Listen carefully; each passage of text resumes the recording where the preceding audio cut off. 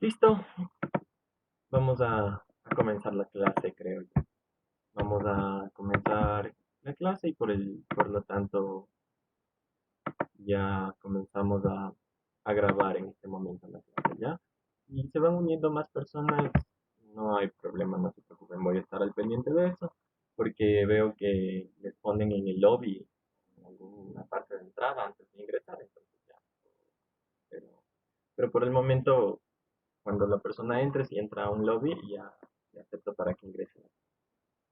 Entonces vamos a comenzar con todo esto. Como ya les dije, mi nombre es Pablo Cisneros y voy a ser su guía, su docente durante este tiempo que vamos a ver este pequeño curso de microbiología básica, donde vamos a ver ciertas bacterias específicas las cuales nos van a ayudar con respecto a lo que es las infecciones, con respecto a lo que es determinar un conocimiento de todo esto para mejorar quizá nuestro tratamiento, quizá mejorar nuestra comprensión de todo lo que es la infección y saber por qué se da y cómo tratarla, ¿ok? Específicamente.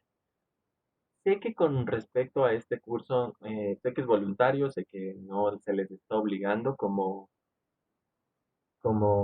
muchas veces lo hacemos en clases, de que obligamos a los chicos, por así decirlo, a que ellos estudien por sacar una buena nota, por tener una buena calificación y por seguir al siguiente semestre. Y sé que a muchos de nosotros nos ha pasado en los cuales venimos y tenemos la idea de que aprendemos para qué, para pasar un examen. Aprendemos para el día de mañana, tenemos un examen de microbiología, tenemos un examen de parasitología, tenemos un examen de virología y por tal razón nos volvemos expertos en microbiología una noche antes de eso. Solo una noche antes nosotros recordamos y sabemos y sacamos 20 en el examen, pero la siguiente clase no nos acordamos nada. Entonces es importante que sepamos que esto de aquí es un estudio continuo que vamos a hacerlo un poco más interactivo, un poco más interesante, el cual va a hacer que estos conocimientos, espero, que se queden, que se hagan, o sea, que los apliquen dentro de lo que ustedes están, si es que están ya en hospitales, si es que están ya en otros lugares, que los recuerden y los apliquen y que les sea de utilidad para su vida. Entonces, vamos a intentar llevar de esa manera. El día de hoy lo que vamos a ver es principalmente generalidades de microbiología y estructura de las bacterias principalmente. Las bacterias que vamos a ver durante todo este capítulo, durante todo este módulo, van a ser gran positivas, gran negativas y micobacterias. Va a ser muy pocas las bacterias que vamos a revisar concretamente, no van a ser tantas como se revisa en la malla curricular, para eso existen ya las clases, esto como les dije, es un curso como que de apoyo principalmente. Pero como les dije que esto quería que sea interactivo, quiero que me digan ustedes, ¿por qué creen que es importante estudiar microbiología? ¿Cuál es la importancia de la microbiología? ¿Dónde han visto microbiología y qué es? Por favor. Si no, buscaré un nombre al azar y le diré qué pasa. ¿Me pueden ayudar con eso?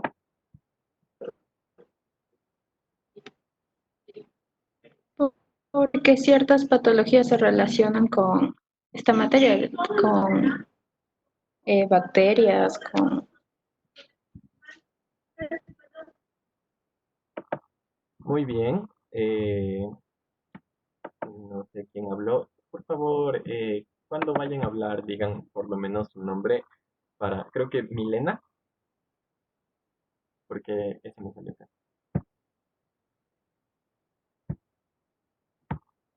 Milena, sí. Bueno, muchas gracias por la participación y es cierto. Con respecto a lo que dijimos, dentro de lo que es la microbiología, muchas patologías médicamente se relacionan con eso, con los microorganismos. Las bacterias, en el caso de infecciones, son nuestras enemigas, por así decirlo. Son las causantes de las infecciones, el causante de este daño. Entonces es importante saber que nosotros debemos conocer a estos enemigos, a estas pequeñas bacterias de gran manera para poder tratarlas, para poder saber con qué estamos tratando y para saber con qué vamos a tratar. ¿Alguien más? Por favor.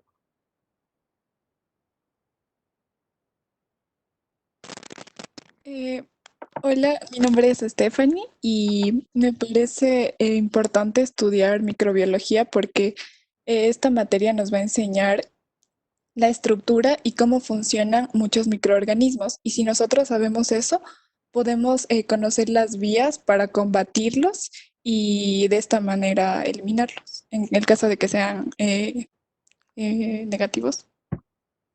Claro, en caso de que sean positivos, negativos, micobacterias y todo.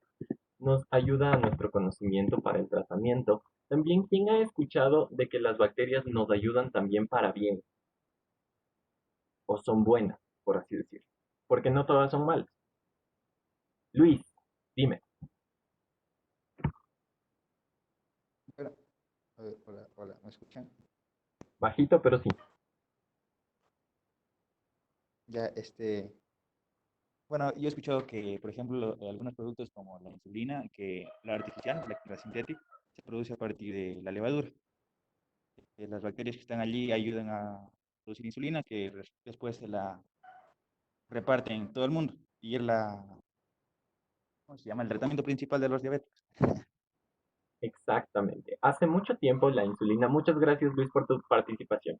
Hace mucho tiempo la insulina que nosotros realizábamos o que nosotros teníamos para los diabéticos era insulina animal, sacada principalmente de cabras, de chanchos, principal que era la porcina o la bovina, eh, porque estos animales tienen cierta similitud con el ser humano en cierto sentido.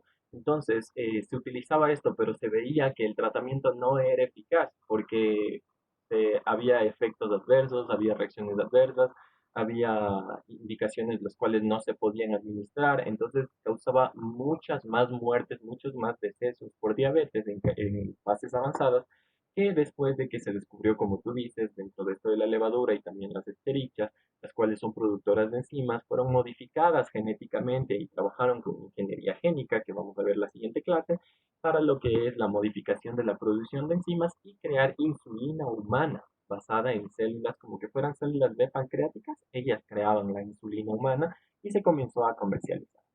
¿Ya? También lo que son los microorganismos, hay que entender que tenemos gran cantidad de microorganismos. Entre estos están los virus. También he visto que ha sido como tratamiento o como forma de tratar nuevas infecciones bacterianas con unos virus llamados bacteriófagos. Hace algún tiempo fui a una conferencia de microbiología donde hablaban del uso de bacteriófagos específicos para tratar la salmonela en pollos y en los huevos de pollo, en lugares avícolas donde había, bueno, vamos a ver cuando veamos salmonelosis, que la salmonela principalmente se encuentra en el pollo. Entonces, este de aquí era tratable por medio de estos bacteriófagos, ya vamos a ver qué es eso, y era de esa manera, por así decirlo, disminuía la incidencia de salmonelosis dentro de una población que consumía pollo. Jean, dime,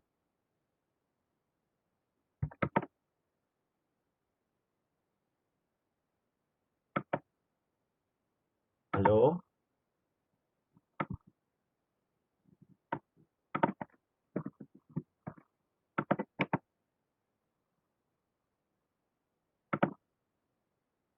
Jean, ¿pediste la palabra?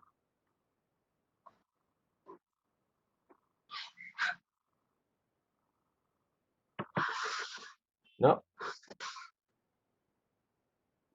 Bueno, está bien. Ah, ya, ok.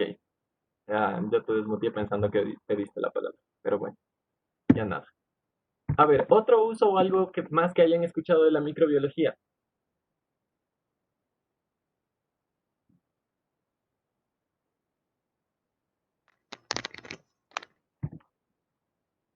Y mientras acepto que su compañera entre porque está en el lobby, aceptamos. ¿Alguien más?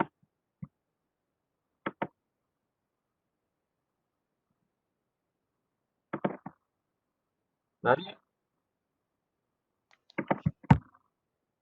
Dentro de todo esto, yo pienso que es importante que nosotros entendamos que, a ver, Camila,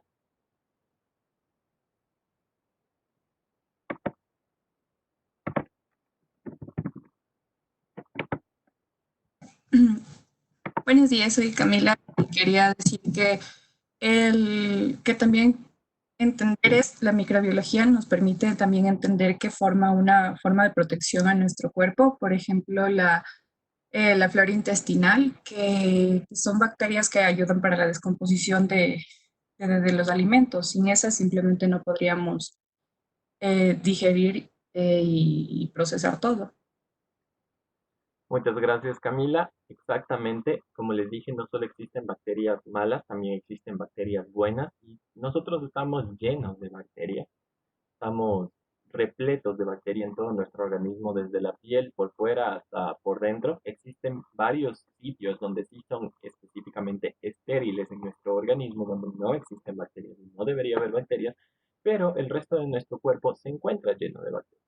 Entonces es importante nosotros saber que dentro de todo esto, también para mí la microbiología es algo que me encanta. Me encanta, la verdad, todo lo que tiene que ver con los microorganismos, con la microbiota, todo lo que tiene que ver con lo que es la parte de entender un poco más del cuerpo humano con respecto a la microbiología. Y yo pienso que uno debe de encontrar ese gusto o ese placer por algo que está haciendo. Porque si ustedes no encuentran o no tienen ese placer o esa forma de divertirse, de disfrutar lo que ustedes están haciendo, para mí, mi pensamiento personal es que es vacío. Entonces, lo que ustedes están viendo aquí es un cultivo y ustedes se dan cuenta, este dibujo que está ahí hecho no es nada más que un cultivo con microorganismos, los cuales son productores de ciertos pigmentos y le dan esa característica de que se ponen de cierto color frente a un nutriente específico y se pueden crear este tipo de cosas. Y es una forma de encontrar arte y placer dentro de lo que ustedes están haciendo. También sirve para divertirse en la microbiología. Es más, en este curso vamos a hacer algunas cosas que espero les parezcan divertidas.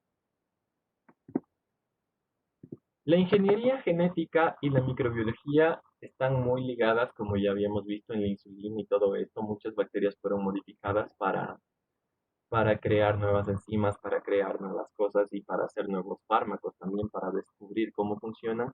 Y es importante que vayan de la mano todos este tipo de cosas. Y como decía su compañera, también, esta imagen. ¿Alguien sabe por qué pongo esta imagen aquí?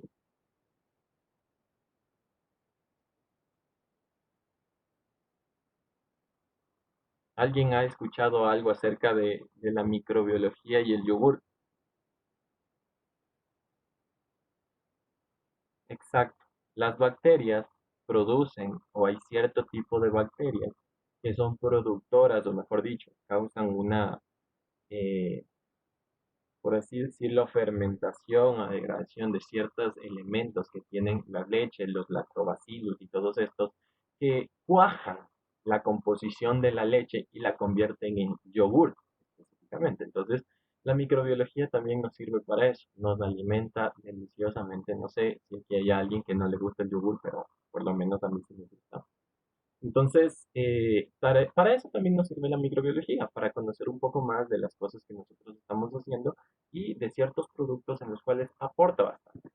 Como decía su compañera, nosotros tenemos una microbiota intestinal, la cual se encuentra ahí y nos ayuda a digerir todos los alimentos que nosotros ingresamos a nuestro organismo, pero muchas veces por no saber cómo tratar una infección o no saber sobre las infecciones, nosotros mandamos antibióticos a lo loco, mandamos medicación a lo loco y lo que hacemos es dañar a nuestras pobres bacterias buenas que se encuentran a nivel de nuestro intestino y la infección pasa como si nada. ¿Por qué? Por este mismo desconocimiento de la microbiología.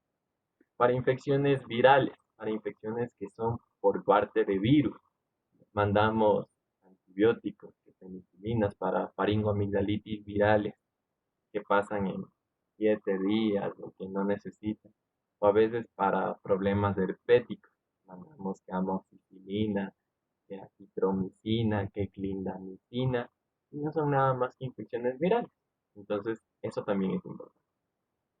Pero yo creo también que la principal razón por la que estamos aquí por la que estudiamos no solo microbiología, sino anatomía, fisiología, bioquímica y todas las ciencias básicas que estamos estudiando, es para en un futuro ser grandes médicos, para poder ser médicos los cuales podamos ayudar a nuestros pacientes para tener una sonrisa mientras trabajamos con nuestros pacientes y para poder ayudarlos, para poder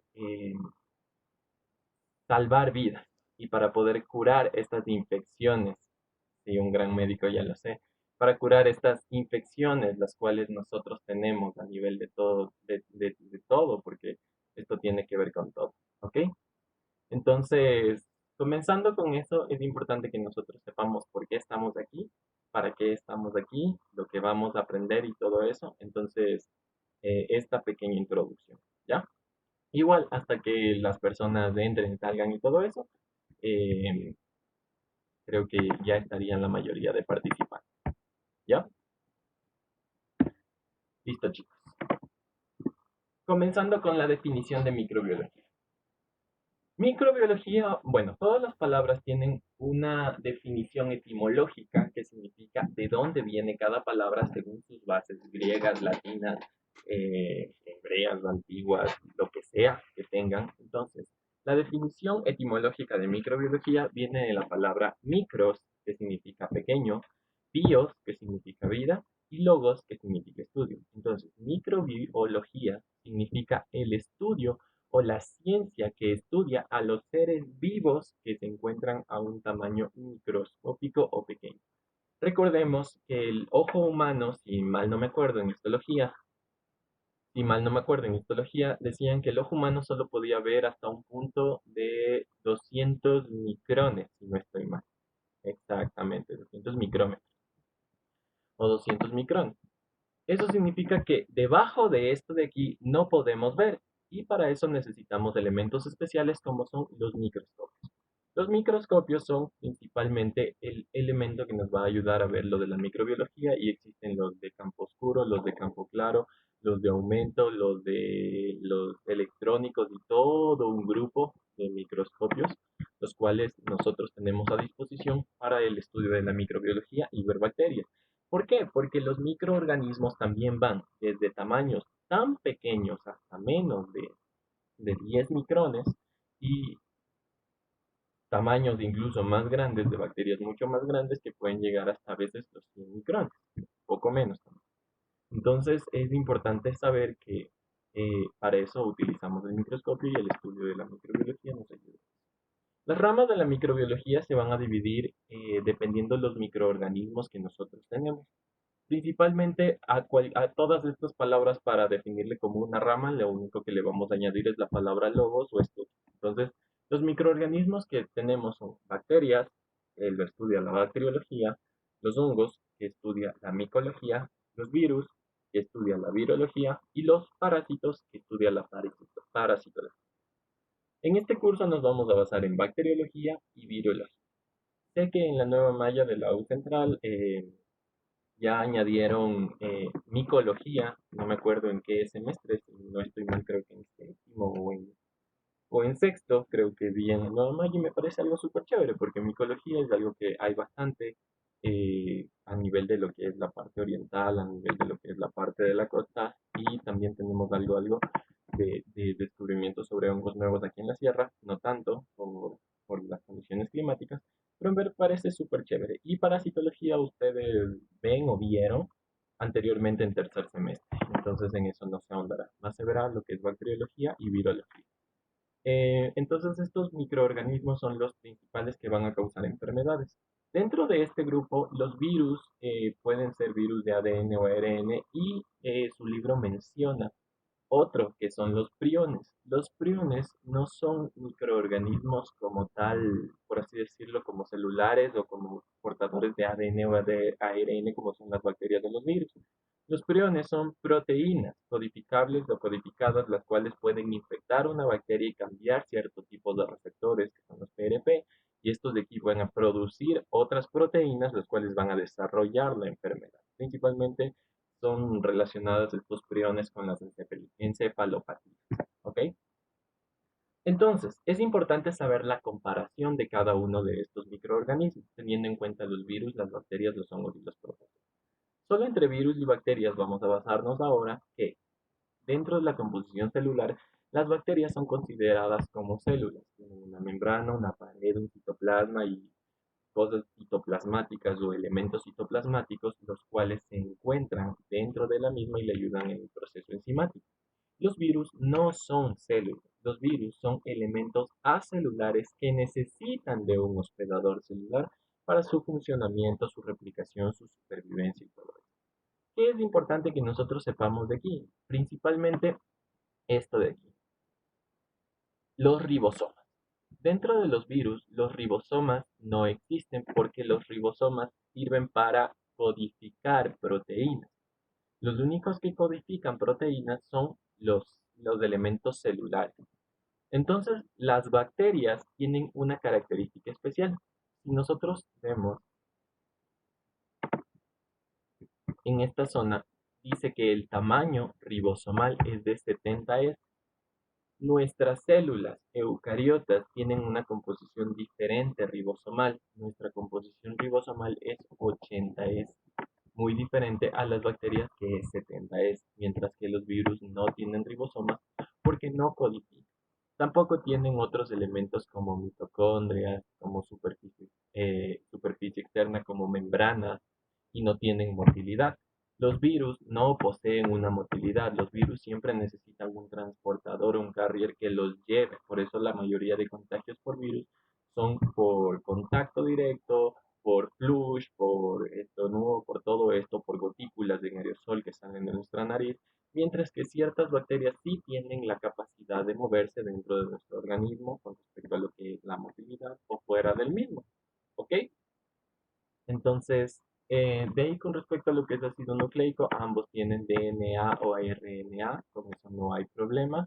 El tipo de núcleo, recuerden que no tiene núcleo el virus, las bacterias tampoco tienen núcleo, pero se le denomina un núcleo procariota. ¿Eso sí qué significa?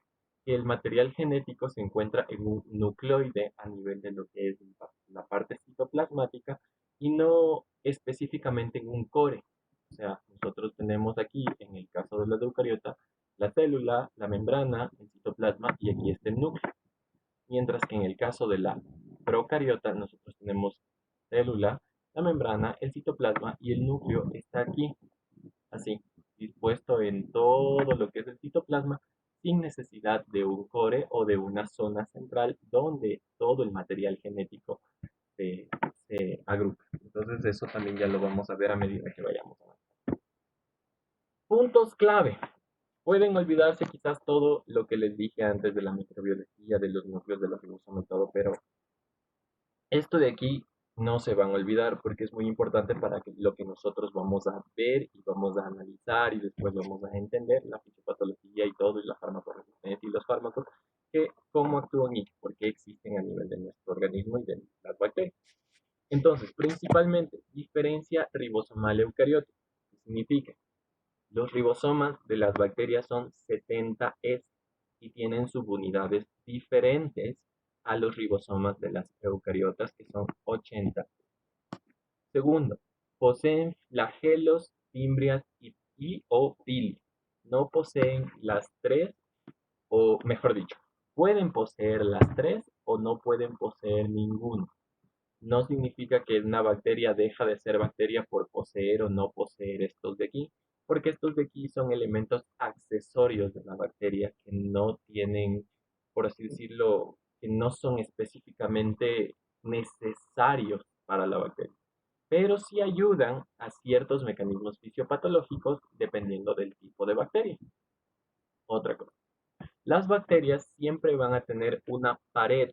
Esa es la diferencia que tienen con las células de eucariotas y con otro tipo celular. La pared de las bacterias, principalmente conformada por un compuesto llamado peptidoglicano, es la que le ayuda a lo que es la patogenia de la misma. Entonces, esta pared que ya vamos a revisar, que es diferente tanto en las gram positivas, gram negativas y micobacterias, nos va a ser una característica principal y especial de lo que es las bacterias. Las arqueobacterias son como las tatara, tatara, tatara, tatarabuelas de las bacterias. Las arqueobacterias son bacterias muy antiguas, los cuales poseen isoprenoides. ¿Alguien sabe qué son los isoprenoides?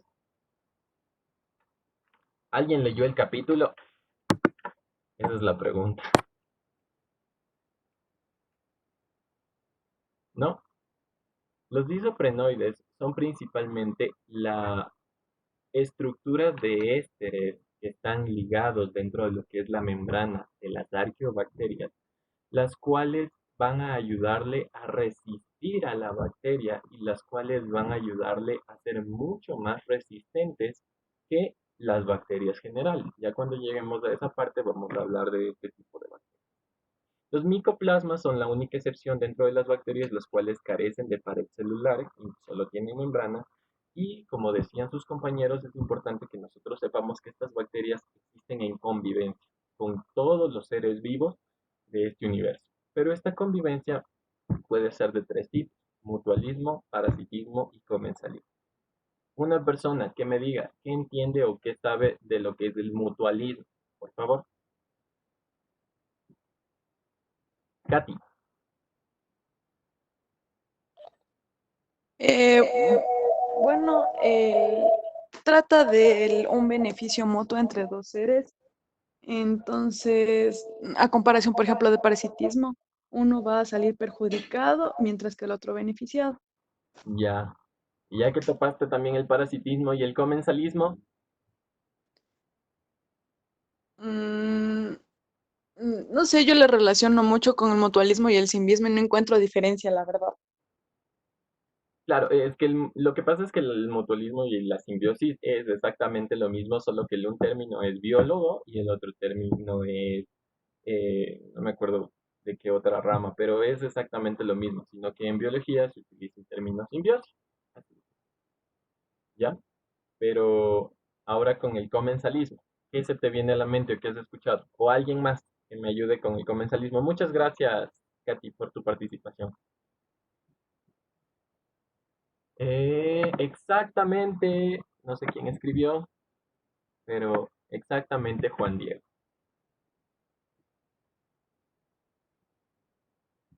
Luis, alguien pidió la palabra. Sí, yo. ¿Me están escuchando ya? Sí, Luis. Ya, bueno, yo le relacionaba, por ejemplo, cuando hay dos especies, que conviven, pero la una no se perjudica y ni se favorece de la otra, simplemente convive. Ya, exactamente. Muy bien. Gracias, Luis. Como decía también un compañero en algo que escribió en el chat, el mutualismo, como ya lo dijo Katy, es una relación continua donde los dos reciben un bien común y los dos son beneficiados de esa relación. El uno recibe algo bueno y el otro también de esa relación. Un ejemplo que les pone en su libro es de los líquenes, si mal no me equivoco, que están conformados por hongos y otro tipo de bacterias los cuales se encuentran. Entonces los unos le dan sujeción y los otros le dan nutrientes. Chévere. El parasitismo nosotros ya lo conocemos, es un parásito principalmente. El uno recibe beneficios a costa del otro. Eso significa que el otro sale perjudicado y dañado de esta relación. Son estas típicas relaciones tóxicas que imagino que ya todos las conocen. Entonces, eso es un parasitismo. Y el comensalismo. Por ejemplo, dentro de lo que nosotros tenemos una jerga de expresarnos, todo el mundo la tiene, comensales son llamadas a la gente que va a los restaurantes y come. Son los clientes de los restaurantes y se les llama comensales. En nuestro caso, nosotros somos comensales, vamos a un restaurante, pagamos dinero y él nos da la comida.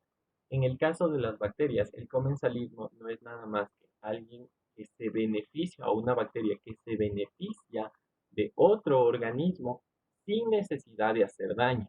Eso significa que obtiene sus nutrientes, obtiene su forma de vida y obtiene una manera de sobrevivir sin necesidad de dañar o de lastimar al otro ser vivo con el que está conviviendo. Entonces, mutualismo, ambos reciben beneficio; parasitismo, solo uno recibe beneficio, pero daña al otro; comensalismo, uno recibe beneficio, pero no daña al otro. Entonces, entendido estos términos y puntos clave, sí, por favor, no quiero que se olviden de eso con respecto a los generales. Ahora vamos a hablar de la taxonomía. La taxonomía es como el registro civil de las bacterias. Taxonomía es la rama en sí que se ocupa de nombrar, organizar y relacionar a todos los seres vivos, absolutamente a todos. De ahí vienen los nombres científicos. Así como nosotros, nuestro nombre científico en general es Homo sapiens, todas las especies vivas tienen un nombre científico, el cual es conformado por varias partes que ya las vamos a ver. Las disciplinas de apoyo que se encuentran en la taxonomía son la clasificación, la nomenclatura y la identificación. Como ven en la imagen, nosotros tenemos un registro civil que nos da un nombre según lo que nuestros padres le digan y les digan, anótenlo, como Pablo Adrián Cisneros Gavilanes, entonces ponen ahí nombre, Pablo Adrián, apellidos Cisneros Gavilanes, como el niño que se encuentra acá, están ahí. Lo mismo hacen las bacterias y las agrupan en una especie específica, en un dominio, en un grupo, en una orden específica, para ser mucho más fáciles de reconocer. Ahí entra que la taxonomía dentro de la clasificación tiene el reino, la división, la clase, el orden, la familia, el género y la especie. Estos nombres larguísimos ya los vamos a ver en una aplicación después de cómo va a ser, pero principalmente es para el estudio de la biología y de la microbiología para saber de dónde viene cada una de las bacterias y por qué se llama así. Porque están agrupadas en un reino porque tienen características específicas. La división del mismo igualmente. La clase, el orden y la familia son como nosotros digamos, ponemos a hacer nuestro árbol genealógico. Y nosotros vemos que de nuestro apellido, nuestro bisabuelo, nuestro tatarabuelo, nuestro abuelito del tatarabuelo y así venimos viendo que venimos de un orden específico, tenemos un árbol genealógico grande en total. Entonces lo mismo es con las bacterias para agruparlas dentro de ciertas clases o características específicas. Ahora, ¿qué me interesa que ustedes sepan? La nomenclatura. La nomenclatura es la rotulación o el nombre de las unidades definidas por la clasificación de las mismas. Para la nomenclatura vamos a utilizar algo llamado el sistema binomial de clasificación. ¿Qué significa sistema binomial? Significa que dos nombres, o mejor dicho, un nombre y un apellido, van a dar el nombre específico de una bacteria. ¿Cómo están conformados estos dos nombres? Este de aquí, ¿cómo está conformado estos dos nombres? Principalmente por género de la bacteria y especie de la bacteria. Así de simple. El género y la especie bacteriana me van a dar lo que es el sistema binomial o el nombre binomial de la bacteria.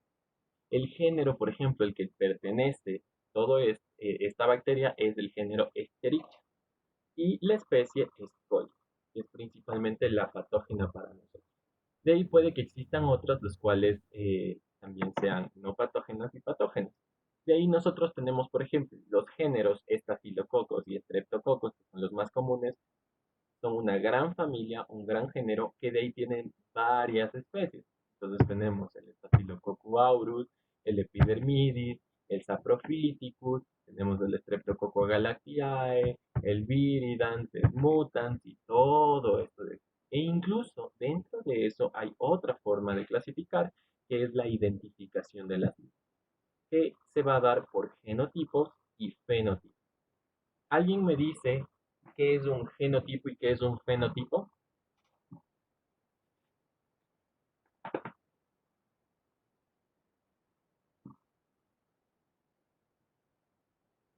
¿Qué entiende por genotipo y qué entiende por fenotipo? Sí.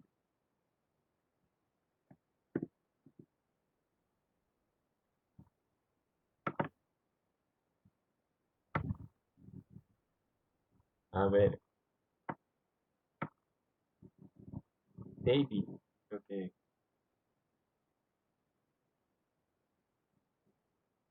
A ver, Camila Herrera. Tiene levantada la mano.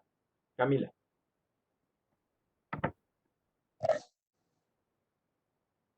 Ah, a ver, el fenotipo es la representación física del genotipo y el genotipo es es como la información dada por los genes que nos van a proporcionar los rasgos físicos. Exactamente. El fenotipo y el genotipo se diferencian en que genotipo significa genes específicamente o las características especiales que se encuentran dentro de la cadena genética y fenotipo significa específicamente la expresión o las características externas que expresa el genotipo. Ya lo vamos a ver después con otra diapositiva, pero muchas gracias. Dentro de lo que es la aplicación de lo que es la clasificación y la nomenclatura, esto es lo que les explicaba. Por ejemplo, en la clase Treponema pallidum, la bacteria Treponema pallidum, dentro de la clasificación científica, el reino al cual pertenece es el reino bacteria o bacterial. El filum es Spirochaetae, por ser una espiroqueta, la clase Schizomycetes, el orden Spirochaeteales, la familia Spirochaeteaceae, el género Treponema y la especie Pallidum. ¿Ok? El nombre binomial de esta bacteria es este, Treponema pallidum, género y especie. Así es como nosotros nos vamos a identificar o vamos a identificar las bacterias principalmente. Por ejemplo, dentro de todo esto, si es que ustedes van a ser biólogos, microbiólogos, micólogos, expertos, sí, es importante que sepan a qué reino pertenece, qué filum tiene, qué orden tiene, qué clase tiene, qué familia es, porque cada una de estas son específicas para cierto tipo de bacterias. Pero a nosotros como estudiantes de medicina y como futuros médicos, con que sepamos el nombre binomial y la clasificación binomial es suficiente para que entendamos la bacteria, cuál es, cómo se relaciona con el organismo y cómo podemos detenerla. Ya, esto de aquí. Es importante que ustedes se den cuenta con respecto a cómo está escrito el nombre de la bacteria. ¿Qué ven de característico en el nombre de la bacteria? ¿O qué ven de característico en esta diapositiva o en la anterior con respecto al nombre de la bacteria? Alguien observador que me diga.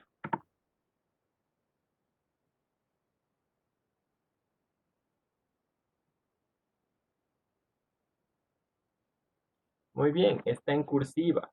Segundo, está la primera letra en mayúscula y la siguiente está en minúscula. Todo se escribe en cursiva. Excelente. Ya. ¿Qué significa? Así como a nosotros nos gusta que escriban bien nuestro nombre y que sepamos por reglas ortográficas que los nombres propios van con la primera letra mayúscula, entonces así las bacterias también se identifican y tienen una forma específica de escribir. Estos nombres de bacterias siempre deben de ser escritos en letra cursiva para identificar que son bacterias. La primera letra va en mayúscula y todo el resto va en minúscula.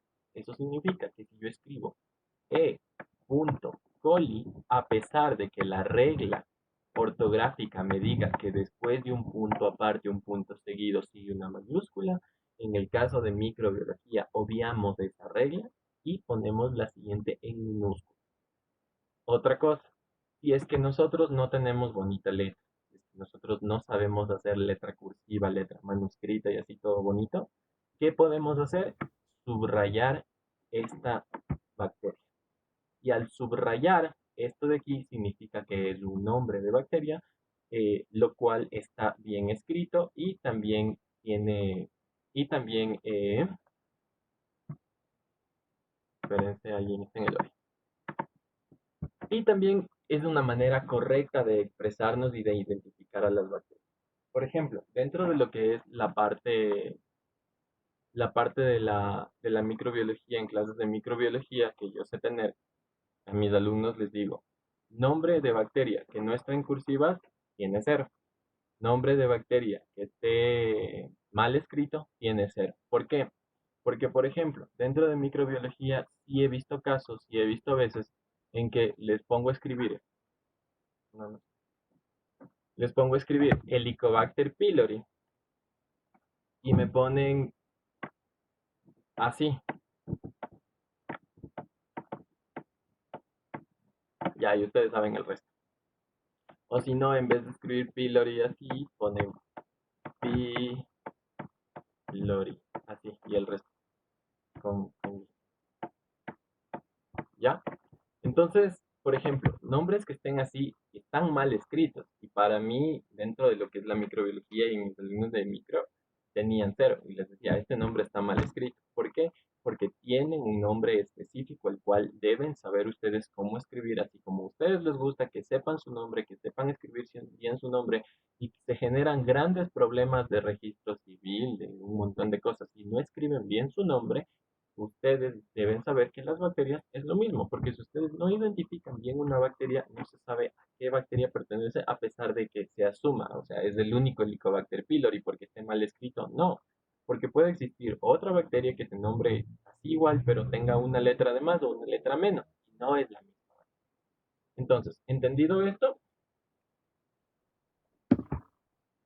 ahora vamos con lo que es el genotipo y el fenotipo. Como decía su compañera, el genotipo son características hereditarias que se encuentran dentro de la parte de los genes y son codificables o codificados dentro de la cadena genética del mismo. El fenotipo son los caracteres externos los cuales se encuentran ya expresados por parte del genotipo. Entonces el genotipo es como que la planta, la matriz, el cual va a dar el producto que es el fenotipo.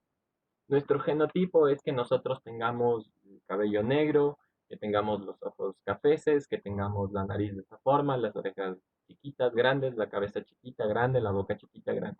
Ese es nuestro genotipo que está en nuestra cadena genética. Y el fenotipo es la expresión del mismo. O sea, si tengo genotipo de cabello negro, mi cabello no va a salir rubio, mi cabello no va a salir rojo, mi cabello no va a salir castaño, va a salir negro. ¿Sí? Porque el fenotipo se basa en el genotipo. Entonces, la fenotipia significa que cada tipo de bacteria es una especie específica. La especie es una colección de cepas que tienen características comunes. La cepa es una progenie o son los hijos de una colonia única que está aislada. Y la colonia no es nada más que una agrupación de grupos de bacterias. Estos son cosas específicas que ustedes van a tener que recordar un poco porque este es, por así decirlo, el tipo de lenguaje que se utiliza dentro de la microbiología para referirnos a lo que son las bacterias. Entendido lo que es fenotipo y lo que es genotipo.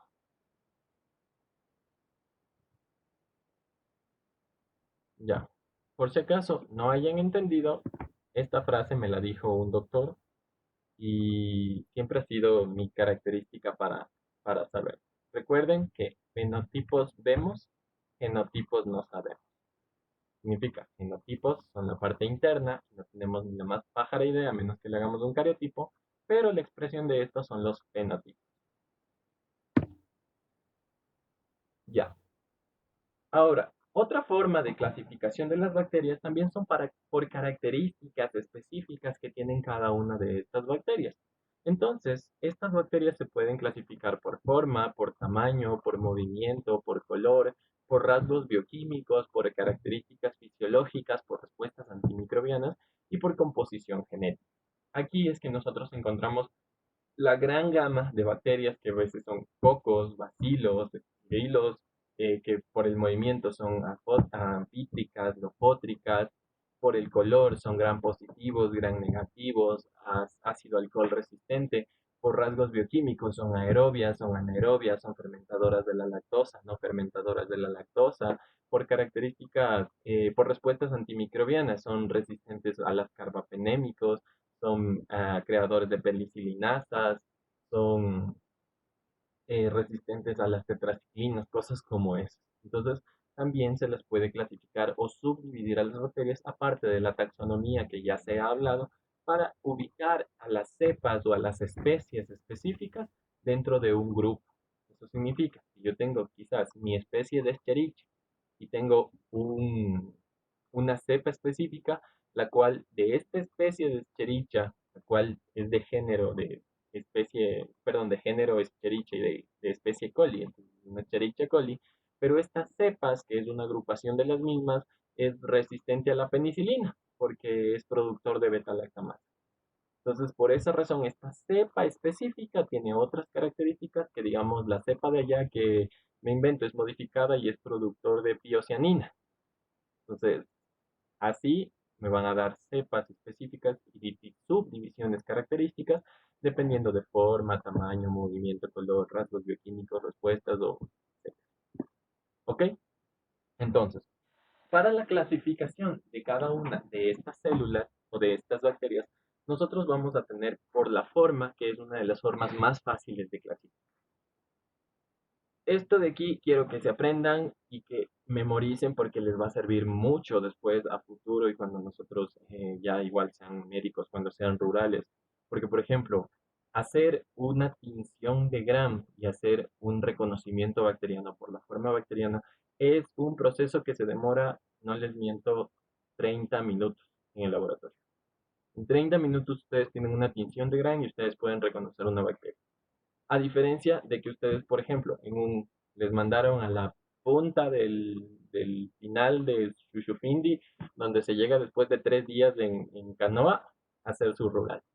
Entonces allá ustedes dicen, chuta, me llegó una infección y no sé qué bacteria será y no tengo idea y ya le di este medicamento y no sé qué pasa. Entonces voy a mandarle para ver qué bacteria es a un laboratorio. Entonces le mandan al laboratorio y a los 3 días que se demora en pasar eso de ahí, el río y llegar a la muestra al laboratorio y que del laboratorio regrese y ustedes no sepan qué bacteria es, simplemente manden la muestra al laboratorio pero háganle una tinción grande. Y así ustedes van a ver que son estreptococos, estafilococos, que son bacilos, que son pseudomonas, que son cualquiera de estos por características específicas de los mismos.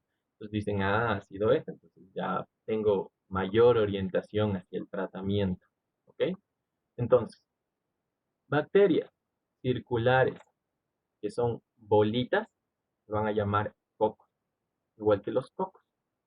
Cocos, ¿ok? Bacterias que son bastones o como palitos o como deditos, se van a llamar bacilos. Existe un grupo de bacterias que no son ni de aquí ni de allá. No son ni círculos ni tampoco son bastones. Son círculos abastonados o bastones circulares, como ustedes les quieran ver. Son las bacterias indefinidas. Entonces, para no crear otro nombre raro para estas, lo único que se decidió es combinar el nombre de ambos y decirles coco bacilo. Así de simple.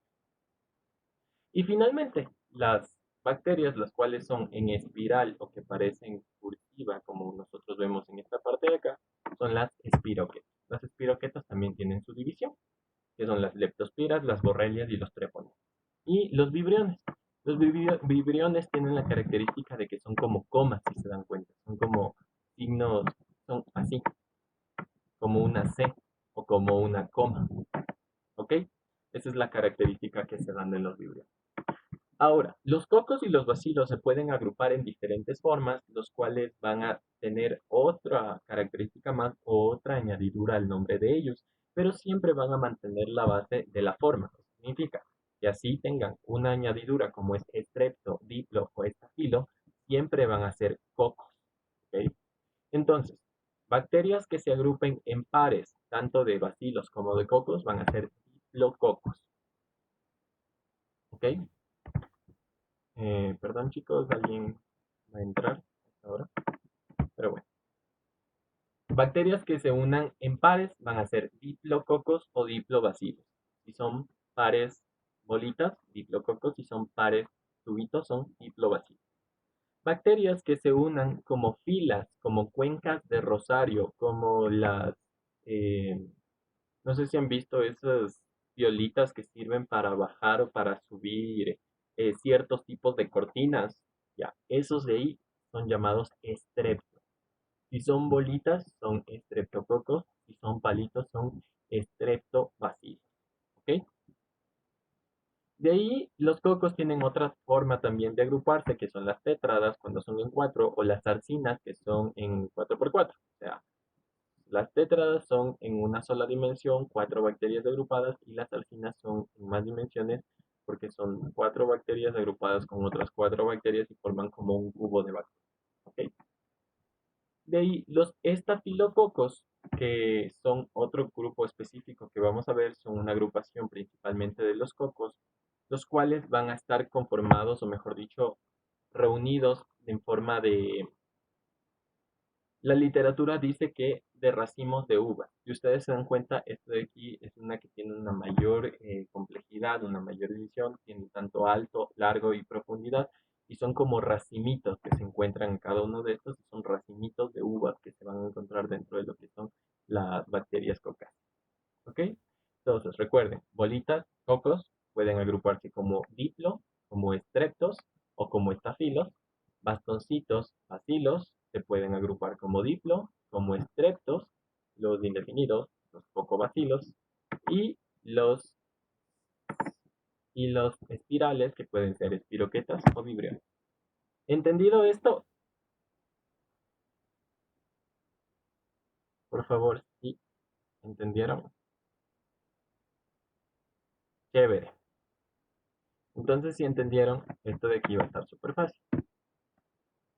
Una persona que me diga qué es eso. Ya, Tatiana fue el último nombre que vi aquí en el chat. Tatiana, cuéntame, ¿qué es eso?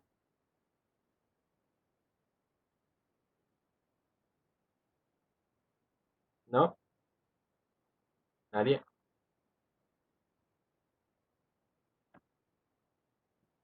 Ya, muy bien, como muchos han estado escribiendo, son por la forma, nos damos cuenta que son bolitas. Significa que son cocos. Aparte de eso, están agrupados como que fueran racimos, que son estafilos.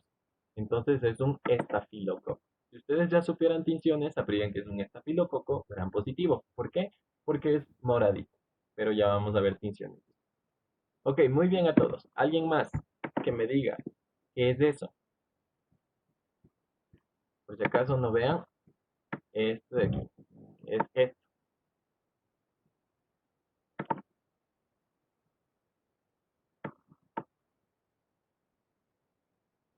Muy bien. Exactamente, van. No sé quién será Come, pero es el único que me respondió bien. ¿Ya? Come. No, no tengo idea de quién, pero es un diplobacilo. Si nosotros no se ve bien en la imagen, es obviamente que no se va a ver bien, porque esto es una computadora y otra cosa es el microscopio. Aquí hay una división y nosotros tenemos una estructura de esta manera y de esta manera. Eso significa que es un diplobacilo. Y Majo, la clase se queda grabada y ya la vamos a subir a un drive, como les expliqué al principio, donde van a tener todos acceso a la misma, por si acaso no estuvieron en las partes anteriores, ¿ya? Entonces, aquí vamos a tener un diplobacilo, que significa que van a ser dos bastoncitos en lo que es la parte de esta zona de aquí. Vamos a tener un diplobacilo, que son dos bastoncitos unidos por la mitad. Por eso es llamado diplobacilo. Diploba, exactamente. ¿Alguien más que me diga qué es esto?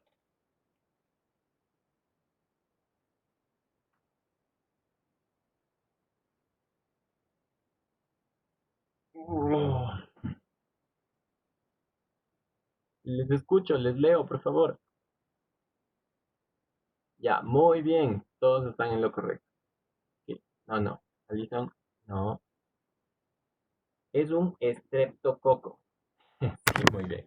Es un estreptococo. Si se dan cuenta, nosotros tenemos formas circulares, cocáceas redondeadas y son estreptococos, ¿ok? Estos estreptococos, como yo les dije, se parecen mucho, mucho a las cuencas de un rosario. No sé si la mayoría ha visto o tiene un rosario en su casa, puede ir a ver y es igualito. Es como las cuencas de un rosario, un estreptococo. Y estos están bien separaditos y se ven perfectamente. Qué hermosos que se ven, me encanta. ¿Ya? Ahora, hay una característica específica de los estreptococos. Muchas veces cuando nosotros preparamos una placa o una tinción, a veces no separamos bien las bacterias y eso ya lo van a aprender después en los laboratorios que vayan a hacer y todo, si ya lo hicieron, pero no separamos bien y no diluimos bien la muestra para que las bacterias se separen y a veces los estreptococos, que principalmente son cadenas como nosotros vemos aquí, a veces se presentan agrupadas así. Y así me da la impresión de que son estafilococos y no estreptococos. Entonces hay muchas veces las confusiones que existen y por eso hay que ver un lugar donde estén bien separadas las cadenas y donde se vean específicamente los estreptococos y no donde se vean agrupados así, porque me pueden confundir entre estafilococo y estreptococo porque ambos son gran positivos, ambos son cocos, ambos se organizan muchas veces en lo que es este tipo de formas como que fueran uvillas o racimos porque se agrupan las cadenitas. ¿Ok? Finalmente estoy de aquí. Muy bien, en una placa cuando están amontonadas en el centro se debe observar lo que es la parte de la periferia. Pero créanme que en la parte práctica muchas veces nos ha pasado en el laboratorio que hemos tenido que repetir placas porque en la periferia no hay bacterias y en el centro están toditas de hechas un montón. Entonces nos toca volver a hacer la placa, volver a hacer otra tinción, esperar los 20 minutos y por eso es importante que sepamos esto y que no demos, por ejemplo, vemos una placa y vemos a la primera de tantos, vemos una agrupación de bacterias y decimos estafilococos y se quedan como estafilococos, sino que siempre es importante en las placas hacer unas 2 o 3 placas para comparar este tipo de bacterias. ¿Ya? Ya, finalmente este de aquí. Muy bien, esta es una microscopía electrónica donde por poco y le ven la cara al estafilococo. O sea, este de aquí es un microscopio donde pueden ver hasta la estructura 3D que tiene el estafilococo y si se dan cuenta son bolitas agrupadas como que fueran racimos de uva. Así. ¿Ok? Estas de aquí son las especies de espiroqueta que nosotros tenemos, como les dije, las leptospiras, las borrelias y las treponemas. Principalmente entre las leptospira y las borrelias son los ángulos los cuales los definen. Los unos tienen ángulos más cerrados, más chiquitos. Las borrelias tienen ángulos mucho más grandes, mucho más abiertos. Y los treponemas igualmente los ángulos son más pequeños, entonces se confunden un poco con las leptospiras. Pero ya eso son cosas específicas de cada uno. Ahora, para ver la estructura bacteriana, nosotros vamos a ver alguna pregunta o algo que se haya generado entre los antiguos, lo que hemos visto hasta ahora con esto de aquí. ¿Alguna pregunta o tienen alguna duda?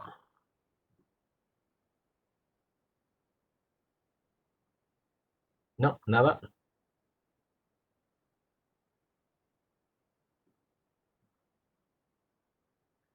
Listo. Entonces, vamos a entender que la estructura bacteriana va a tener dos partes importantes. Esta zona de aquí, que es la C, que es llamada partes constantes. Significa que una bacteria no puede vivir sin esto. La mayoría, el 99% de las bacterias, a excepción de los micoplasmas que no tienen pared, necesitan siempre una membrana, una pared, un citoplasma y un material nuclear. Estas son esenciales dentro de lo que es la bacteria y son constantes. En la mayoría de las bacterias tienen para ser llamadas bacterias. Ahora tenemos la parte A, que son los elementos accesorios. Estos les dan capacidades específicas como patogenicidad, como protección a la fagocitosis, como resistencia a los microbianos, como movilidad, como creación de nuevos canales proteicos o como creación de comunicación entre ellas, o como adherencia o como resistencia, como son las cápsulas, flagelos, filis y esporas, que vamos a ver cada uno de ellos. En lo que es la parte de la estructura bacteriana nos vamos a basar en lo que es la membrana y la pared, que son las partes más importantes. Porque de ahí, el citoplasma nosotros ya lo conocemos, es un medio donde se utiliza o donde se encuentra la actividad química y biosintética de la bacteria, es principalmente acuoso, está conformado por agua y iones de electrolitos, los cuales tienen también incluidos proteínas, enzimas, complejos. Aquí se encuentran los ribosomas y a diferencia de las células eucariotas, que tienen los ribosomas citoplasmáticos y dentro,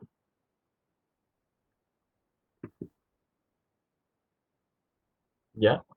Perdón, me pidieron que regrese para, ya. Y dentro de lo que es la diferencia entre la célula, la parte citoplasmática de los ribosomas que tiene que tener el ARN de transporte y mensajero en el citoplasma y el otro en el núcleo, aquí como el material nuclear se encuentra dentro del mismo citoplasma, no necesita tanto esta, o sea, ambos mRNA y tRNA se encuentran dentro del citoplasma como tal porque no existe núcleo, ¿ok? De ahí, otras macromoléculas que también se encuentran aquí, como son azúcares y todo esto, y nucleoides bacterianos, que es principalmente la parte genética o la parte de lo que son las estructuras nucleares, por así decirlo, pseudonucleares, que es el material genético de la bacteria, que puede ser de ADN o ARN y es haploide, circular o único.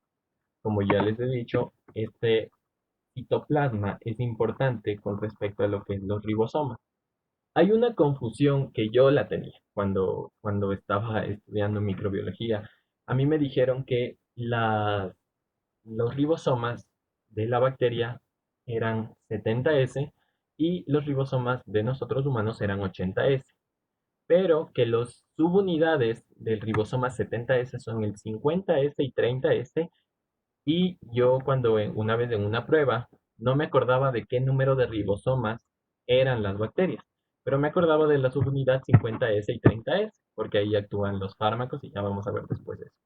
Entonces decía 50 más 30 es 80. Entonces de ley los ribosomas bacterianos son 80S y me fue mal en esa prueba por este razonamiento. Porque no es la suma de las subunidades el número de ribosomas, ¿ok? Sino es otro tipo de elementos que le dan el tamaño, por así decirle, la característica de ser 50 u 80S. Entonces, porque las subunidades 50S y 30S tienen subunidades que son 16S, 21, que tiene 21 proteínas, 5S, 23S, y acá el 80S tiene en cambio subunidades 60S y 40S. Entonces, si suman esto les da 100, no 80. Si suman esto les da 80, no 70. Pues, por favor, no se confundan en eso. Recordar siempre que es importante aquí que los ribosomas son 70S en los procariotas, 80S en los eucariotas, y que tienen dos subunidades, subunidad 50S y subunidad 30S, los cuales nos van a ayudar a lo que es la codificación de las proteínas.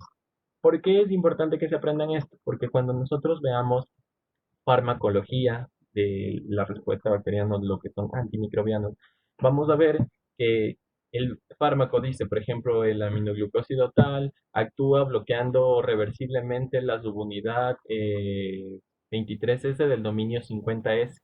Entonces dicen que también será eso. Entonces después, ahora con esta clase, ya saben que el dominio 23, que la subunidad 23S del dominio 50S se encuentra en el ribosoma procariótico y por eso es que bloquea para lo que es la transcripción de la proteína. Entonces, eso me va a facilitar un poco el entendimiento de dónde actúa cada fármaco y por eso saber cómo afecta a cada una de estas bacterias. ¿Ok? Entonces, el material genético que vamos a tener es único, monocatenario, no va a tener histonas principalmente, y va a ser el cual va a dar las características genotípicos y va a expresarlas en fenotipos en las bacterias. Ahora, ¿alguien ha escuchado de los plásmidos? ¿Alguien que me pueda decir qué es un plásmido o que sabe o si alguna vez ha escuchado este nombre tan raro?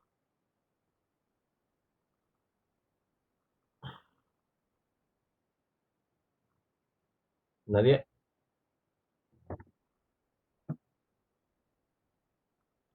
Muy bien, sirve como intercambio para material genético. ¿Qué más?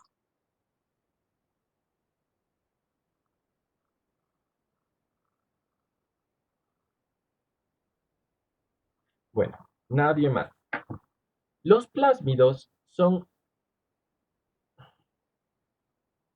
Los plásmidos principalmente son, muy bien, también es ADN circular, también es para la resistencia farmacológica, eh, son material genético extracromosómico.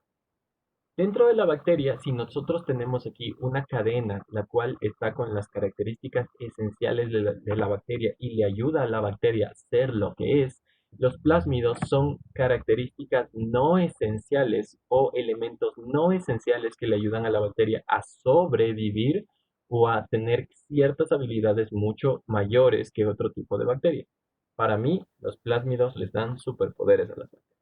Así de simple. ¿Por qué? Porque los plásmidos son el material genético fuera de la cadena genética que primero es heredable. Eso significa que esto de aquí pueden contener segmentos, pueden contener segmentos de ADN que llevan de una bacteria a otra para su intercambio de información genética y resistencia. Muy bien, esa es una definición muy clara de lo que es los plásmidos.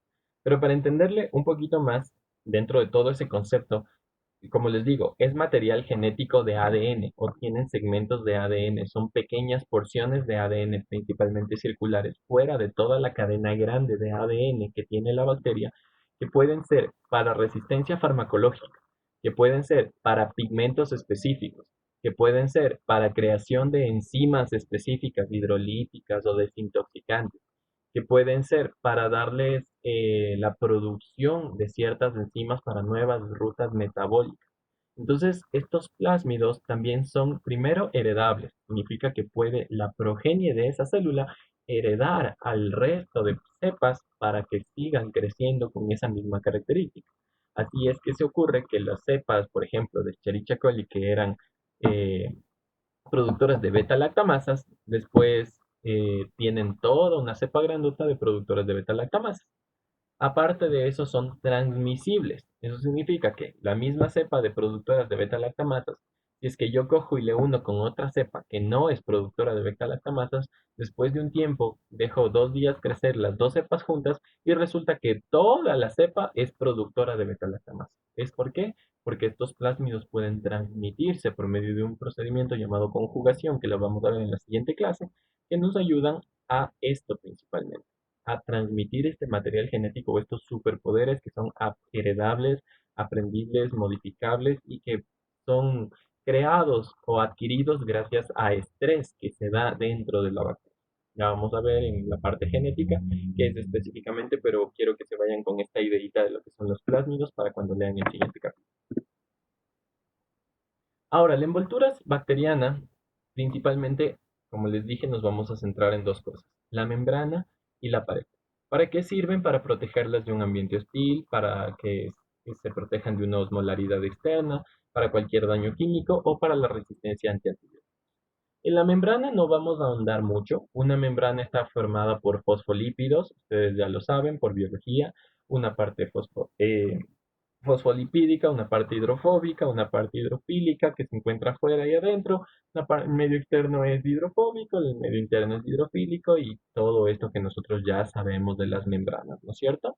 Nos dan la capacidad de adquirir ciertas moléculas, ciertos iones.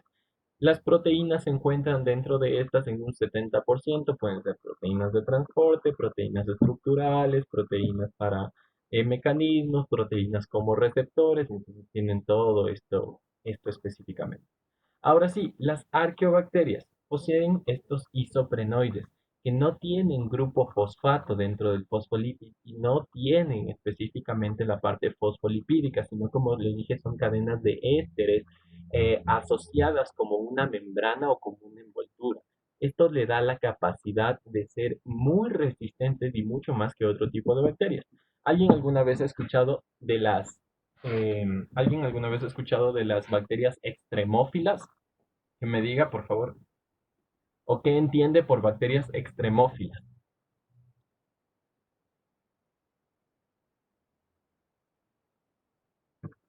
Mm, alguien pidió la palabra.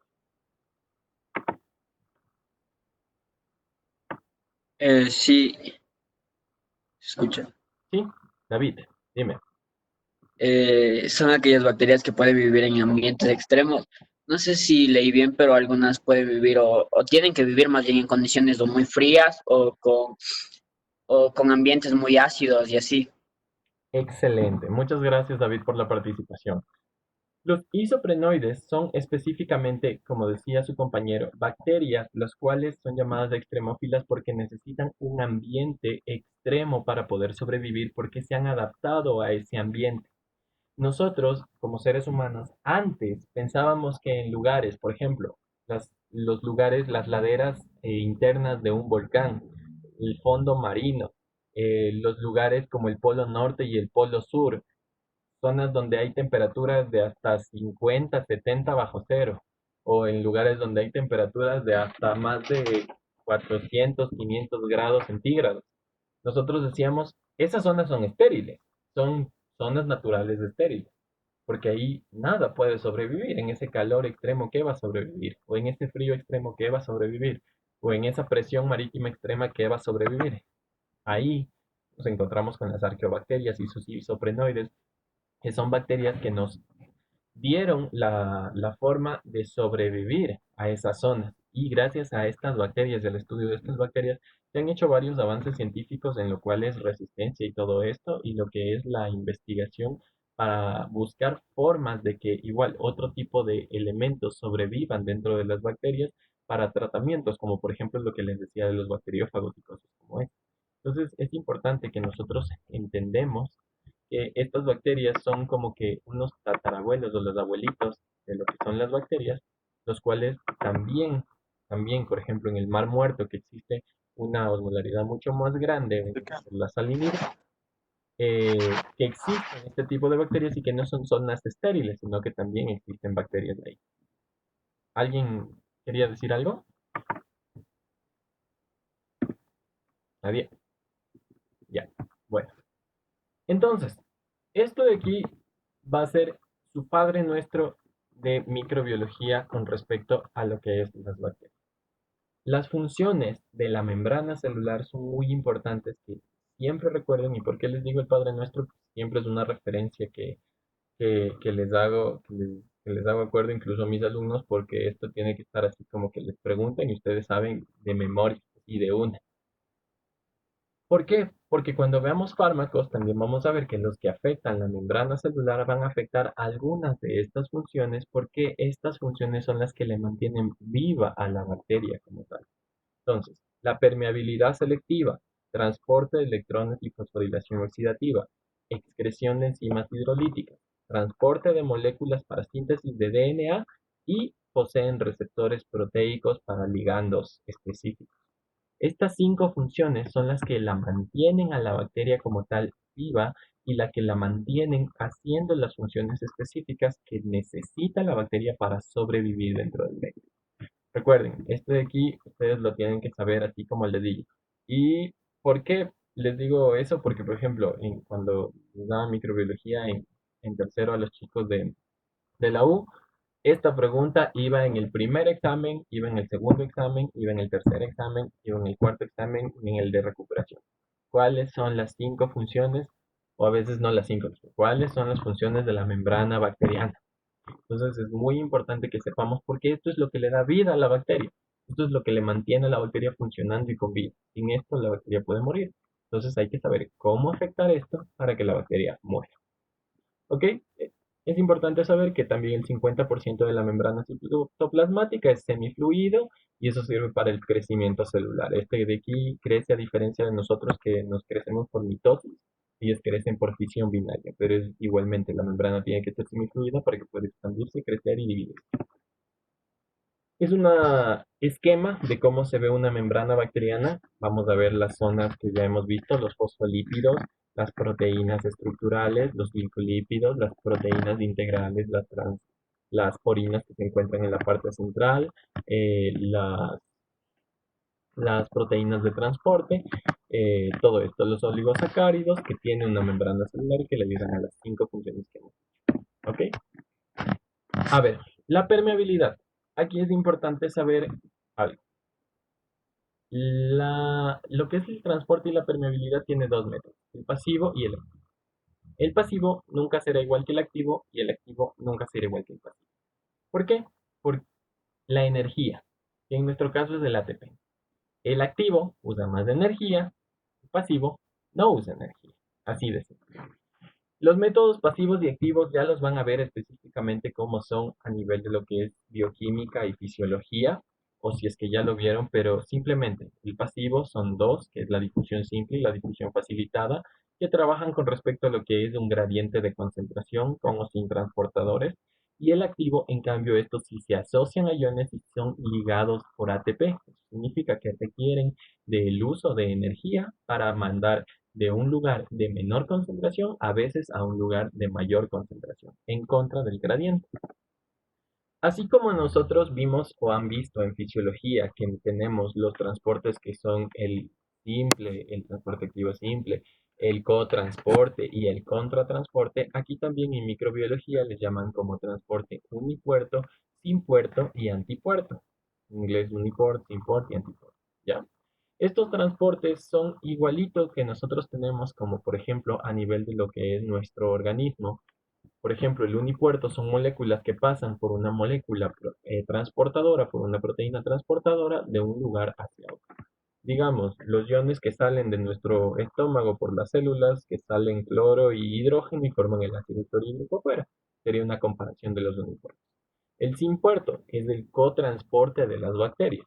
Esto significa que la molécula se tiene que asociar a un ion para que este de aquí pase e ingrese. Por ejemplo, ¿qué tenemos nosotros de igual? En los túbulos renales, los cuales absorben agua y sodio, si no estoy mal. Entonces, que necesita la molécula de sodio se asocia siempre con una de agua y pasan las dos juntitas. Entonces, eso de ahí. Y el antipuerto, las típicas bombas que nosotros tenemos, la bomba de sodio-potasio, la bomba de calcio-magnesio, mal no me acuerdo, todas estas bombas que nosotros tenemos a nivel de nuestro organismo, también los tienen las bacterias y es el contratransporte de ellos.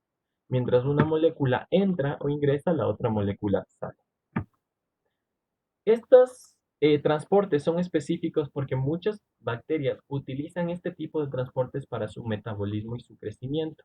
En este caso hay algo específico que son los sideroforos. Los sideroforos son estructuras que raptan y quelan el hierro. ¿Ustedes saben cómo se encuentra el hierro en nosotros o en dónde está el hierro, en qué estado químico está el hierro?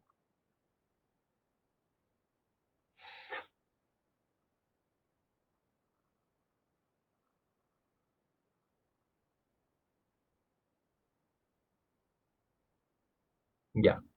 Dentro de nuestro estado se encuentra en una parte donde nosotros tenemos el hierro férrico y el hierro ferroso, el hierro oxidado y el hierro reducido. Entonces, el hierro nuestro, que se encuentra oxidado, estos sideroforos van a raptarlo y quelarlo. Eso significa que van a cambiar el estado de hierro para reducirlo y que lo puedan utilizar las bacterias. Porque como vamos a ver en la siguiente clase, las bacterias no solo utilizan hierro, utilizan calcio, magnesio, sodio, azufre, carbón y todos estos elementos. Y dentro de esto, el hierro es principal para el crecimiento y el metabolismo bacteriano porque ayuda a mantener la membrana y la estructura de los ribosomas del mismo. Entonces lo necesitan para crecer, lo necesitan para reproducirse. En este caso, el hierro que nosotros utilizamos tiene la capacidad de ser quelado, o mejor dicho, las bacterias tienen la capacidad de quelar el hierro para utilizarlo. Por esa razón, no sé si ustedes han escuchado el principio básico en medicina, que si ustedes tienen un paciente con septicemia y con anemia, se trata la infección primero antes que la anemia. ¿Por qué? Porque el tratamiento de las típicas anemias que suelen ser a veces por infecciones son por deficiencia de hierro. Y esto de aquí, ¿cómo se trata? Que es la anemia ferropénica. ¿Cómo se trata la anemia ferropénica? Por medio de hierro. Se le da hierro a la persona para que tenga reservas de hierro y cree más de la hemoglobina y todo este proceso que ustedes ya saben. Ahora, si le damos hierro a la persona y esta persona tiene un proceso infeccioso activo, este proceso infeccioso va a secuestrar el hierro, lo va a quelar y lo va a utilizar para hacer que crezca su colonia y la persona, aparte de que se le va a desencadenar otra infección del hijo de madres que va a ser mucho más difícil de controlar, va a seguir teniendo anemia.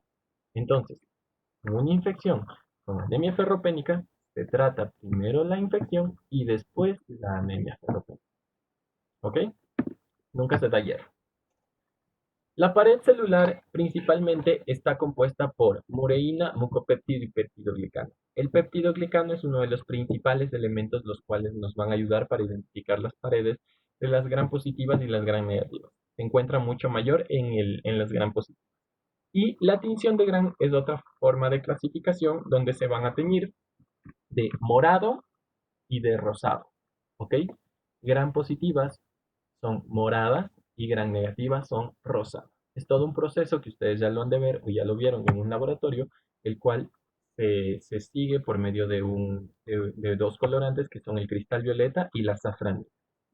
Ahora, si se dan cuenta, la forma de cada una de estas bacterias no es por coincidencia. Si se dan cuenta, las gram positivas son bolitas, que en las bacterias eran llamadas cocos. Y las gram negativas son palitos, que en las bacterias eran llamadas bacilos. ¿Por qué? Porque el 90% de las bacterias gram positivas son cocáceas y el 90% de las bacterias gram negativas son bacilares. Entonces, es una forma más de saber que si encuentro una bacteria bacilar, es lo más probable que sea gram negativo. Y si encuentro una bacteria cocácea, lo más probable que sea gram positivo. ¿Ok? Por eso es que también tienen esa forma. Aquí se ve una gram positiva en un cultivo y como ustedes vieron, un estafilococo que se ve a nivel de lo que es la microscopía. Si se dan cuenta son moraditos y las gram negativas igualmente en otro cultivo, en un agarma conqui. Y abajo, si se dan cuenta, son rosaditos. Son bacilos rosados, ¿sí? Son bacilos posiblemente chericha, por la capacidad y la forma en la cual fermentan la lactosa en ese agar que está ahí. Y estos de acá son por las colonias parecen estreptococos, no estafilococos, porque no generan hemolisis. Entonces, eso también podría dar como que características para que ustedes identifiquen las bacterias. Ahora, perdón, está escrito mal, es comparaciones entre bacterias gram positivas y bacterias gram negativas. Estas comparaciones es importante que nosotros sepamos a nivel de lo que es, como les dije, tres elementos importantes. El péptido glicano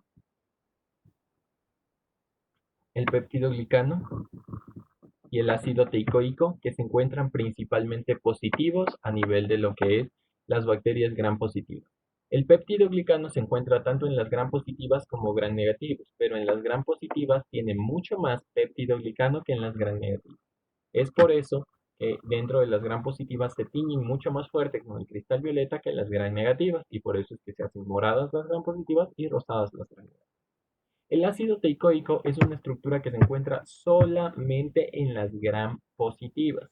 Solo las gram positivas tienen ácido teicoico. Así que cuando ustedes escuchen bacteria gram positiva, piensen en dos cosas: péptido glicano y ácido teicoico.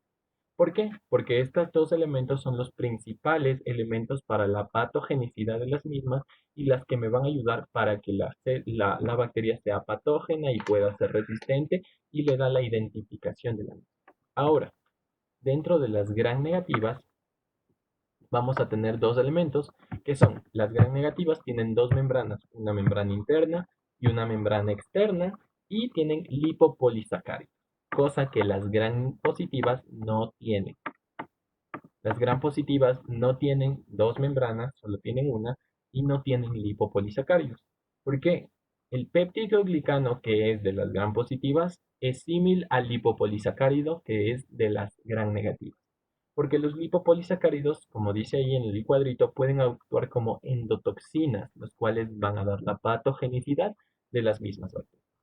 El espacio periplasmático es un espacio muy importante que aquí dice que se encuentra ausente y acá presente. Eso es mentira. Las gram positivas sí tienen espacio periplasmático, pero es muy pequeño comparado al espacio periplasmático de las gram negativas. Las gram positivas tienen aquí la pared celular con el péptido glicano y todo, y acá tienen la membrana. Y el espacio periplasmático es de esta pequeña parte.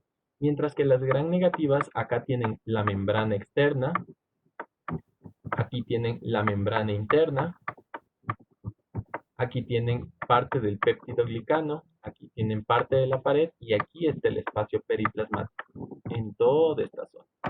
Entonces es mucho más grande, mucho más amplio este espacio periplasmático de las gram negativas que en las gram positivas. Por eso es que le pone aquí como presente o ausente, pero en realidad se encuentra en ambos. No significa que esté o no. ¿Ya? Como les dije, gram positivas vamos a pensar en dos cosas principalmente: en péptido glicano y ácido teicoico. El ácido teicoico es un elemento específico que se encuentra solo en las gram positivas, va a conformar el 50% del peso de la pared y 10% del peso total, por eso es muy grande. Existen dos tipos: el de pared y el lipoteicoico, el WTA y el ETA por sus siglas en inglés. La importancia de esto es que le va a dar elasticidad, porosidad, fuerza tensil y electrostática a las bacterias, principalmente. Y como les dije, es un principal fuente antigénica, o es el principal, junto al péptido glicano, fuente de inmunogenicidad de la bacteria.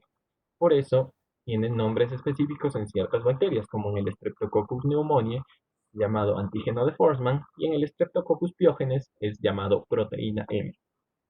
Ahora, alguien que me diga qué está mal en esta diapositiva, si es que me prestaron atención.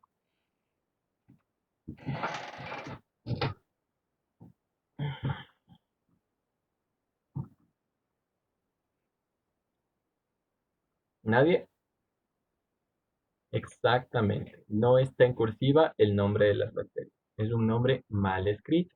Eso significa que estas bacterias están mal escritas. Los nombres de estas bacterias siempre tienen que estar en cursivas para poder identificarlas.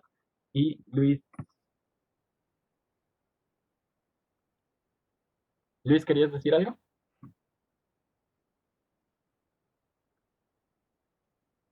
No. Bueno, entonces eso principalmente. es importante que sepamos escribir bien los nombres y que recordemos y que identifiquemos esto para nosotros también corregir. ¿Ok? Este es un esquema de lo que es la pared de una gran positiva. Como les dije, la capa de peptidoglicano es bastante grande, tiene ácido teicoico en la mitad, se encuentra la membrana debajo de esta y un espacio periplasmático pequeño en el medio. Ahora, la pared de la gran negativa tiene dos membranas, una membrana externa y una membrana interna. Principalmente, ¿qué me importa de esto? Que la membrana externa va a tener lipopolisacáridos. Estos son glicolípidos, los cuales van a ser inmunogénicos y muchas veces son llamados lípidos A. Tienen cargas negativas y pueden ser principalmente como zonas antigénicas y todas las bacterias gram negativas van a tener esto en la membrana llamada antígeno O. Después, cuando veamos gram negativas, vamos a ver que el antígeno principal de las bacterias son dependiendo de sus partes. Antígenos de flagelo, antígenos de membrana o antígenos de cápsula, que son el K, el O y el M, si no estoy mal.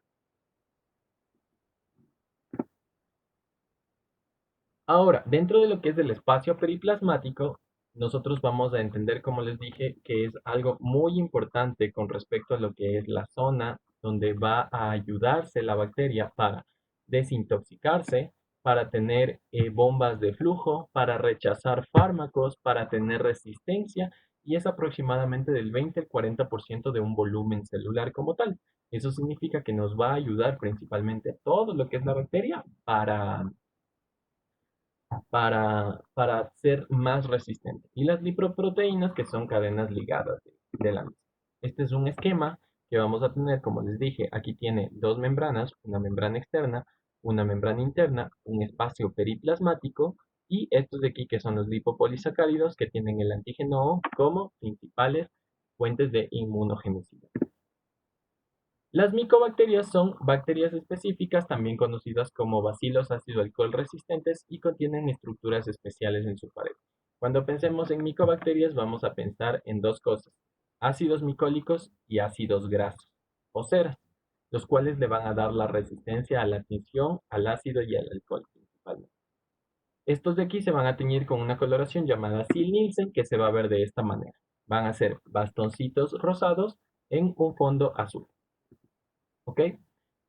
Entonces, recapitulando, bacterias gram positivas vamos a pensar en dos cosas, peptidoglicano y ácido teicoico. Bacterias gram negativas vamos a pensar en dos cosas, membrana externa e interna o dos membranas y lipopolisacáridos. Y micobacterias vamos a pensar en dos cosas, ácido micólico y ácidos grasos. La cápsula, que son ahora los elementos accesorios, pueden ser fijas, que podría ser cápsulas de materiales como glucocálix dispuestos por polisacáridos, polipéptidos o complejos, o mucosas, que están formados por una capa difusa alrededor de las bacterias y principalmente su función es darle protección y seguridad a la bacteria. Aquí vamos a ver la siguiente clase cuando veamos biofilm, lo que se necesita, por así decirle, con lo que es la recubierta para evitar la fagocitosis, la inmunogenicidad y todo esto con respecto a las bacterias. Estos tres términos deben saberlos muy bien que son fimbrias, pelos y flagelos. La fimbria es un filamento proteico que se involucra en funciones de adhesión de la bacteria. El pelo es una unión celular durante la conjugación o la transmisión o comunicación bacteriana. Y el flagelo es un filamento proteico el cual nos da motilidad a la bacteria. No son lo mismo, no sirven para lo mismo, no son iguales entonces. Fimbrias igual adhesión, pili igual comunicación, flagelo igual motilidad. ¿Ok? Recordar estos tres términos. Los flagelos pueden ser monótricos, anfítricos, lofótricos, perítricos, dependiendo de dónde se encuentren, de cómo se encuentren, y le dan una movilidad específica a cada una de las bacterias. Y las endoesporas son los símiles que tienen las bacterias a los quistes de los parásitos. Las endoesporas es una agrupación del material genético con una encapsulación de la misma, principalmente en los géneros Bacillus y Clostridium, que sirve para supervivencia ambiental, para proteger la parte interna del medio externo, para que después de un periodo de estrés de la bacteria, ¿qué significa? Que está siendo atacada por fármacos, por elementos químicos, por ambientes externos o por ambientes poco nutridos, la bacteria se va a formar como espora y esta de aquí puede ser usada para identificar a la bacteria y para saber que es una formadora de esporas y de que se encapsula. El proceso principalmente es este de aquí. Se reúne el material genético, las células citoplasmáticas se comienza a concentrar la pared en esta zona, comienza a ser como una cápsula dentro de la bacteria y se forma un core donde aísla todo el material genético de la bacteria junto con los plásmidos y se encapsula y sale libre para resistir mucho más lo que es el medio externo. ¿Ok? Es una manera de resistencia. Listo, chicos. ¿Tienen alguna pregunta, alguna duda o alguna inquietud sobre todo esto?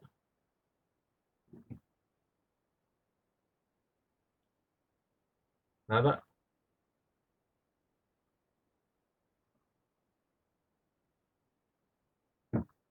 ¿No?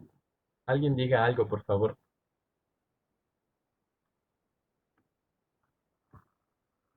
Alison.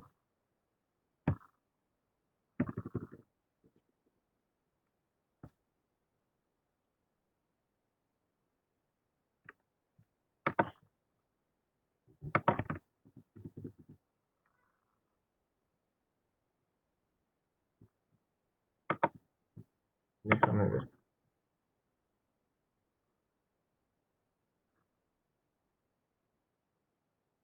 Ya, en cuanto al tamaño de los ribosomas con respecto a lo que es las subunidades, es un tipo específico que se les da para el reconocimiento de las mismas por las subunidades o el número proteico que tienen. Recuerden que cada una de estas cosas tienen números de proteínas, entonces este número se les asignó a cada una de estas bacterias por las características proteicas que tienen dentro de la composición, entonces por eso son 70S, 50S, 30S, 80S.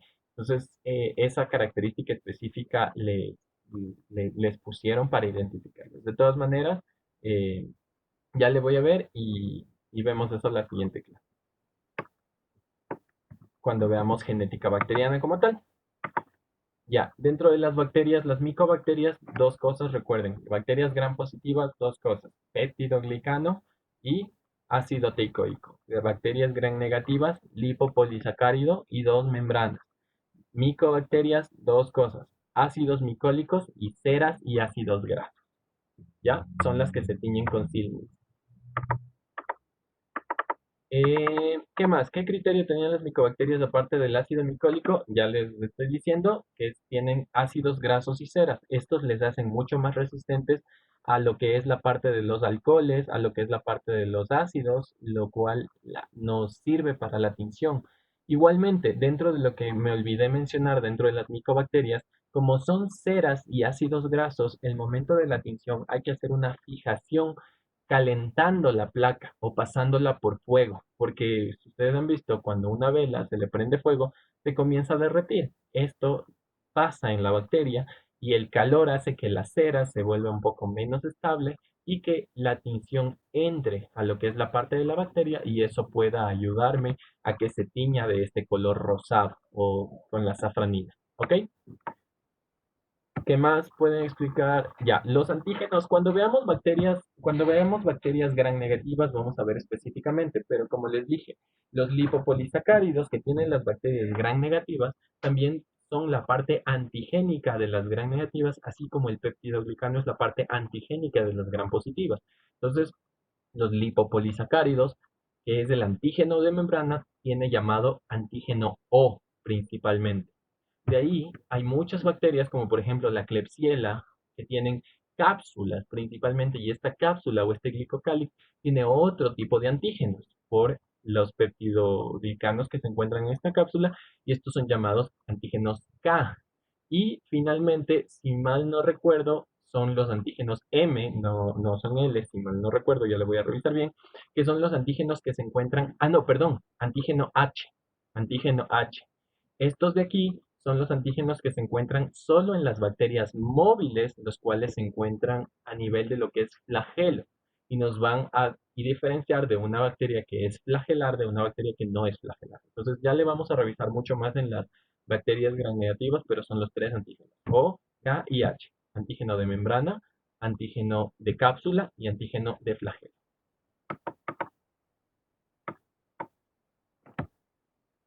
Ya, cuando las bacterias quelan el hierro principalmente lo que es que se reduce y cambia a una forma reducida, por así decirlo, y pasa de un estado ferroso a un estado férrico por medio de la separación. Es un proceso bioquímico dentro del metabolismo bacteriano donde utilizan el hierro cambiándolo por no recuerdo específicamente el compuesto químico que utiliza, pero lo cambia para reducir el hierro y poder utilizarlo dentro de todo lo que es el metabolismo bacteriano. No quiero profundizar mucho en lo que es metabolismo bacteriano porque es muy largo este capítulo y es muy largo comprenderlo y eso ya es para más estudio de microbiología específicamente que como para una inducción de todo lo que es la microbiología. Entonces, eso se encuentra, si desean saber un poco más, si mal no me equivoco, en el capítulo 5 creo que es, no, en el capítulo 6 si mal no me equivoco, de Javits, donde habla de respiración bacteriana y metabolismo bacteriano. ¿Ya? ¿Alguna otra duda o alguna otra pregunta o algo que no les haya quedado claro?